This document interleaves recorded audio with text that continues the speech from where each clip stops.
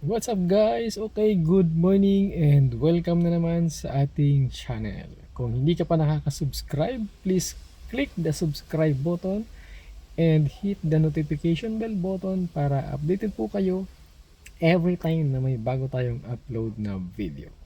Okay, so ngayong araw guys, gagawa natin ng content.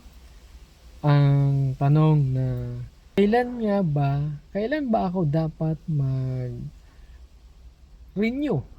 okay, ng rehistro ng aking sasakyan.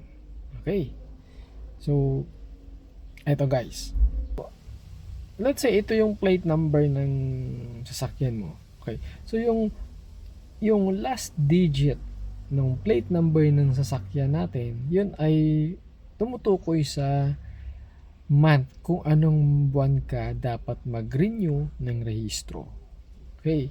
Ito namang second from the last digit na number, yan naman ay tumutukoy sa linggo or week. Anong linggo ka ba dapat magrehistro or mag-renew ng rehistro ng inyong sasakyan? Okay? Pero guys, paano kung may pasok ako, hindi ako makakapagpaalam, hindi ako makakapag-renew doon sa week na schedule ko? Okay, ito yung good news. Pwede po tayong mag-renew 60 days prior nung schedule ng renewal natin para maiwasan natin ang violation, no? So make sure guys na updated yung ating rehistro ng mga sasakyan natin.